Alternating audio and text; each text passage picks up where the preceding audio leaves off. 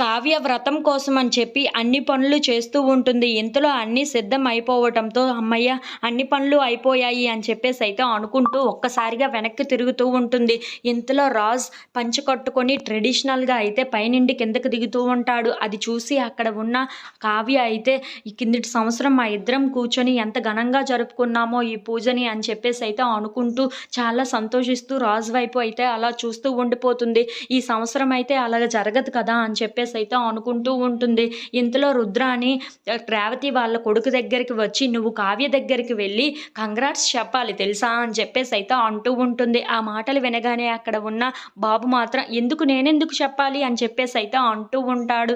ఇంతలో అక్కడ ఉన్న రుద్రాని మాత్రం అవును నువ్వు చెప్పే తీరాలి, ఎందుకంటే కావ్య కడుపులో ఇప్పుడు చిన్న బాబు ఉన్నాడు కదా, నీకు ఫ్రెండ్ని ఇవ్వబోతుంది కదా, అందుకే చెప్పాలి మరి అని చెప్పేసి అయితే అంటూ ఉంటుంది. ఆ మాటలు విని అక్కడ ఉన్న బాబు అయితే కావ్య దగ్గరికి వచ్చి కంగ్రాట్స్ ఆంటీ అని చెప్పేసి అయితే అంటూ ఉంటాడు. ఆ మాటలు వినగానే అక్కడ ఉన్న కావ్య అయితే నాకెందుకురా కంగ్రాట్స్ చెప్తున్నావు అని చెప్పేసి అయితే అంటూ ఉంటుంది.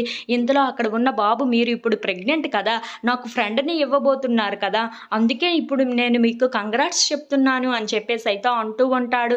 ఆ మాటలు వినగానే ఇంట్లో ఉన్న వాళ్ళందరూ అయితే ఒక్కసారిగా షాక్ అయిపోతూ ఉంటారు. ఏంటి వీడికి ఎవరు చెప్పారు ఈ విషయం అని చెప్పేసి అయితే అనుకుంటూ కావ్య అయితే చాలా భయపడిపోతూ ఉంటుంది. ఇంతలో అక్కడే రాజు ఉండటం చూసి ఈ మాట ఇప్పుడు విన్నారు, ఈయన ఏమనుకుంటారో ఏమో అని చెప్పేసి అయితే చాలా టెన్షన్ పడిపోతూ ఉంటుంది. If you like this video please